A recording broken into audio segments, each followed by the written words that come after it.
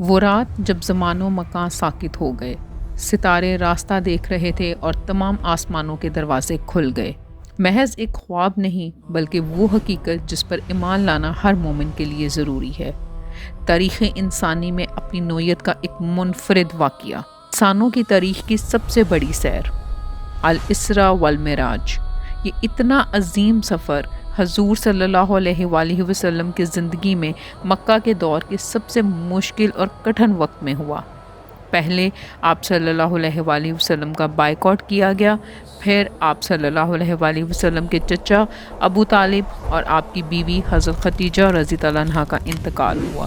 پھر طائف میں آپ صلی اللہ علیہ وآلہ وسلم پر پتھر برسائے گئے، اور مکہ میں آپ صلی اللہ علیہ وآلہ وسلم کی سٹیزن شپ بھی ختم کر دی گئی اور آپ مکہ میں کسی اور کی پناہ میں رہ رہے تھے۔ اس کو مشکل وقت میں اللہ نے آپ صلی اللہ علیہ وآلہ وسلم کو انسانوں کی تاریخ کی سب سے بڑی سیر کروائی، آسمانوں کی سیر۔ سب سے پہلے آپ سے ذکر کرتے ہیں 3 ایسے معجزات نبی کریم صلی اللہ علیہ وآلہ وسلم کے جن کا ذکر قرآن میں آیا ہے۔ سب سے پہلے معجزہ القرآن، یعنی کہ قرآن پاک، وہ کتاب جو نبی کریم صلی اللہ علیہ وسلم پر وحی کے ذریعے نازل کی گئی۔ دوسرا معجزہ جس کا ذکر قرآن پاک میں آیا ہے شق القمر، یعنی کہ چاند کا 2 ٹکڑے ہونا اور پھر جڑ جانا۔ تیسرا معجزہ معراج النبوی۔ الاسراء والمعراج، الاسراء کا مطلب رات کا زمینی سفر، یعنی کہ مسجد الحرام سے مسجد الاقصیٰ تک۔ والمعراج، رات کا آسمانی سفر، مسجد اقصیٰ سے آسمانوں پر اور آسمانوں سے سدرۃ المنتہا تک کا سفر۔ یہ سفر جسمانی اور روحانی ایکسپیرینس تھا۔ سفر کا آغاز ہوتا ہے کہ سب سے پہلے فرشتے آئے، آپ صلی اللہ علیہ وآلہ وسلم کا سینہ چاک کیا گیا۔ ڈاکٹر اظہار احمد بیان کرتے ہیں کہ حلق سے لے کر ناف تک آپ کا سینہ چاک کیا گیا تھا۔ پھر جنت سے سونے کا سنہری تشت لا کر اس میں زمزم ڈال کر حضرت جبرائیل علیہ السلام نے آپ صلی اللہ علیہ وآلہ وسلم کا دل دھویا۔ اس کے بعد اس دل کو واپس اپنی جگہ رکھا گیا اور زخم کو سی دیا گیا۔ شق الصدر کے بعد نبی کریم صلی اللہ علیہ وسلم کے پاس ایک چوپایا لایا گیا جو خچر سے چھوٹا تھا اور گدھے سے بڑا تھا، سفید رنگ کا، جس کا نام براق تھا، اور اس کا ہر قدم اس کی حد نگاہ پر پڑتا تھا۔ نبی کریم صلی اللہ علیہ وآلہ وسلم اس پر سوار ہوئے اور حضرت جبرائیل علیہ السلام کے ساتھ چل پڑے۔ اس وقت آپ صلی اللہ علیہ وآلہ وسلم مکہ میں رہتے تھے، آپ مدینہ نہیں گئے تھے، تو راستے میں ایک شہر آیا۔ جبرائیل علیہ السلام نے کہا، یہ طیبہ ہے، مدینہ، جو عن قریب آپ کا مسکن بننے والا ہے، اللہ کے حکم سے ہجرت کے بعد۔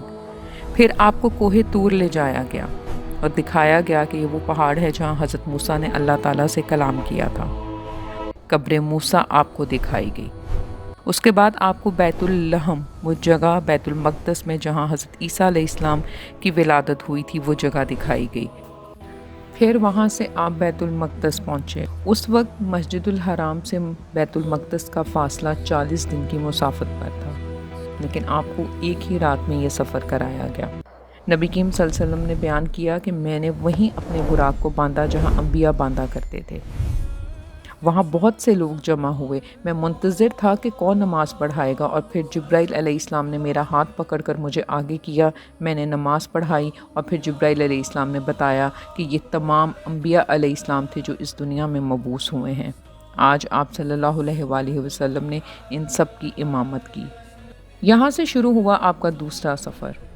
پہلے آسمان تک پہنچے تو جبرائیل علیہ السلام نے دستک کی، پوچھا گیا کون؟ انہوں نے جواب دیا جبرائیل۔ پوچھا گیا آپ کے ساتھ کون ہیں؟ اس امکان کو کوئی مسترد نہیں کر سکتا کہ ملائکہ کے علم میں نہ ہو، لیکن قانون تھا اور قانون قانون ہی ہوتا ہے۔ ان کے علم میں ہونے کے باوجود بھی شناخت کروائی گئی۔ کہا گیا محمد صلی اللہ علیہ وآلہ وسلم۔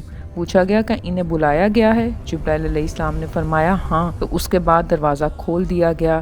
مرحبا، ان کے لیے مبارکباد ہے، خوش آمدید، کیا ہی اچھے ہیں جو وہ لائے گئے۔ پھر دروازہ کھولا گیا اور نبی کریم صلی اللہ علیہ وسلم اور جبرائیل علیہ السلام اس میں داخل ہو گئے، اور دیکھا وہاں پر حضرت آدم علیہ السلام تشریف فرما ہیں۔ جبرائیل علیہ السلام نے بتایا کہ یہ آپ کے جد امجد ہیں، ان کو سلام کیجئے۔ نبی کریم صلی اللہ علیہ وسلم نے انہیں سلام کیا، انہوں نے خوش آمدید کہا، صالح بیٹے اور صالح نبی پر۔ اس کے بعد اور اوپر اٹھایا گیا، یہاں تک کہ جبرائیل علیہ السلام دوسرے آسمان تک پہنچ گئے۔ وہاں پر نبی کریم صلی اللہ علیہ وسلم کی ملاقات حضرت عیسیٰ علیہ السلام اور یحییٰ علیہ السلام سے ہوئی۔ یہ دونوں خالازاد بھائی تھے۔ انہوں نے بھی صالح بھائی اور صالح نبی کہہ کر خوش آمدید اور مرحبا کہا۔ پھر انہیں اور اوپر اٹھایا گیا اور تیسرے آسمان پر آپ صلی اللہ علیہ وآلہ وسلم کی ملاقات حضرت یوسف علیہ السلام سے ہوئی۔ پھر آپ کو اور اوپر لے جایا گیا چوتھے آسمان پر۔ چوتھے آسمان پر آپ کی ملاقات حضرت ادریس علیہ السلام سے ہوئی۔ انہوں نے بھی آپ کو خوش آمدید کہا اور پھر آپ کو اور اوپر لے جایا گیا۔ پانچویں آسمان پر آپ کی ملاقات حضرت ہارون علیہ السلام سے ہوئی۔ اس کے بعد آپ کو اور اوپر لے جایا گیا اور چھٹے آسمان پر آپ کی ملاقات حضرت موسیٰ علیہ السلام سے ہوئی، اور پھر اور بلندی پر اٹھایا گیا اور ساتویں آسمان پر حضرت ابراہیم علیہ السلام نے صالح بیٹے اور صالح نبی کہہ کر آپ کا استقبال کیا، اور پھر آپ کو سدرۃ المنتہا تک لے جایا گیا۔ یہ آخری حد ہے جس کے آگے کوئی بھی مخلوق نہیں جا سکتی، نہ انسان نہ فرشتے۔ اس نام کا مطلب ہی مخلوق کی انتہا ہے۔ سدرۃ المنتہا کے پاس جنت ماوا ہے جو نیک کاروں کا ٹھکانہ ہوگی۔ پھر ٹائم ٹریول کروا کر آپ کو مستقبل کا وقت دکھایا گیا جس میں جنت اور دوزخ دکھائی گئی۔ پھر آپ کو بیت المعمور دکھایا گیا۔ بیت المعمور خانہ کعبہ کی سیدھ میں بالکل اوپر ساتویں آسمان پر اللہ کا جو اصل گھر ہے وہ ہے۔ آپ یہ سمجھ لیں کہ اس کا سایہ اور چھوٹا سا حصہ خانہ کعبہ اللہ تعالیٰ نے اس دنیا میں بھیجا ہوا ہے۔ اصل گھر تو اوپر خانہ کعبہ کی بالکل سیدھ میں اوپر ساتویں آسمان پر ہے، جہاں پر روزانہ 70,000 فرشتے داخل ہوتے ہیں اور وہاں کا طواف کرتے ہیں۔ جو ایک دفعہ وہاں داخل ہو جائے اس کو دوبارہ داخل ہونے کی نوبت نہیں آتی۔ یہاں پر آپ کو 3 چیزیں تحفے میں ملیں۔ سب سے پہلی 50 نمازیں، امت کے لیے ایک دن میں 50 نمازوں کا تحفہ دیا گیا۔ جیسے وہ لے کر نبی کریم صلی اللہ علیہ وسلم وہاں سے گزرے تو چھٹے آسمان پر حضرت موسیٰ سے ملاقات ہوئی اور بتایا گیا کہ 50 نمازیں پڑھنے کے لیے دی گئی ہیں۔ تو حضرت موسیٰ نے فرمایا 50 نمازیں بہت ہیں، امت نہیں پڑھ پائے گی، جاؤ درخواست کرو۔ پھر نمازیں 40 کی گئیں، 40 سے 30، 30 سے 20، یہاں تک کہ 5 رہ گئیں۔ حضرت موسیٰ علیہ السلام نے کہا کہ یہ بھی امت پر بہت بھاری ہوں گی، جاؤ اور ان کو بھی کم کرواؤ۔ تو حضور صلی اللہ علیہ وآلہ وسلم نے فرمایا مجھے شرم آتی ہے، میں اتنی بار گیا ہوں کہ اب مجھے جا کر کم کرواتے ہوئے حیا محسوس کر رہا ہوں۔ تو اللہ تعالیٰ کا حکم آیا، ہمارے ہاں قول بدلا نہیں جاتا، 5 نمازیں پڑھنے پر 50 نمازوں کے برابر ہی ثواب شمار ہوگا۔